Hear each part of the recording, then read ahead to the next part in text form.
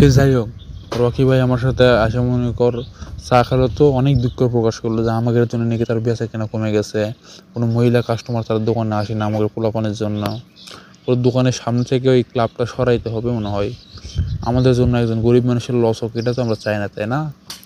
আমরা তো আমাদের মতো আড্ডা দিই। হে গাইস, আসসালামু আলাইকুম।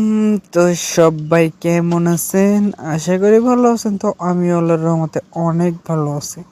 আপনারা যারা প্রতিদিন নতুন নতুন ফানি অথবা কার্টুন ভিডিওগুলো দেখতে চান, তারা আমার চ্যানেলটাকে সাবস্ক্রাইব করে আমার পাশে থাকুন প্রতিদিন নতুন নতুন ফানি ও কার্টুন ভিডিওগুলো দেখার জন্য।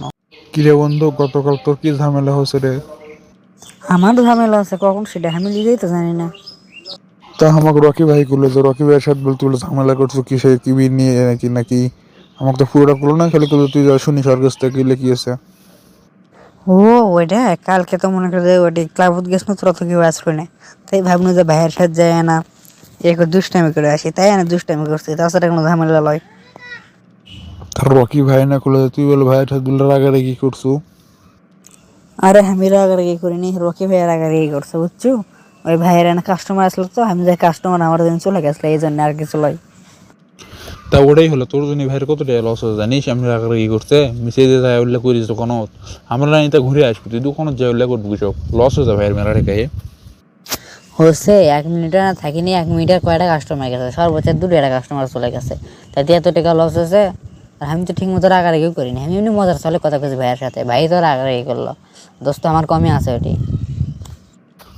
দেখ বোন, তুই 1 মিনিট থাকা 10 মিনিট থাক, ওটা তো ভাইয়ের ব্যবসা, তাই এলো। তাও একজন মানে তুই 500 টাকার সদা করে, তাও মুখে 50 টাকা লাভ থাকে, ওই 50 টাকা তুই পুরো দিব তাক। এটা তো বোঝা লাগবি, দোকানত যে হই হুল্লোড় করিস কে? গেছু ভালো কথা, এক সাইডে বস থাক, সমস্যা খা, এইসব না করে তুই তার ব্যবসার টাইমে যায় তার লস করতু। তাও বলে কি বেশি লিবার চাও লিস নি। আরে ধর, আমি কি জানি যে এরকম হবে?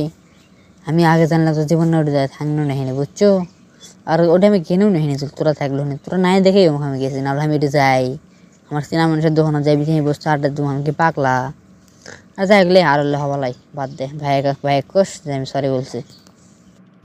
সে যাই হোক, রকি ভাই আমার সাথে আসে মনে কর চা খেলো তো অনেক দুঃখ প্রকাশ করলো যে আমাদের জন্য নাকি তার বেচা কেনা কমে গেছে।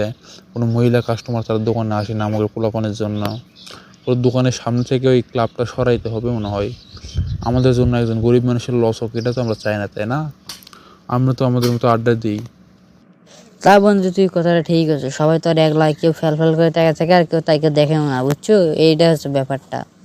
তা দেখ কি করা যায়, অন্য কোনোটাই কোনো বাসা খোঁজ নাই, সেখানে ক্লাব হবে হয়নি, এখান থেকে এই ক্লাবটা সরা, আমার জন্য ভাইয়েরা লস হচ্ছে অনেক টাকা, এটা আমি বুঝতে পারছি।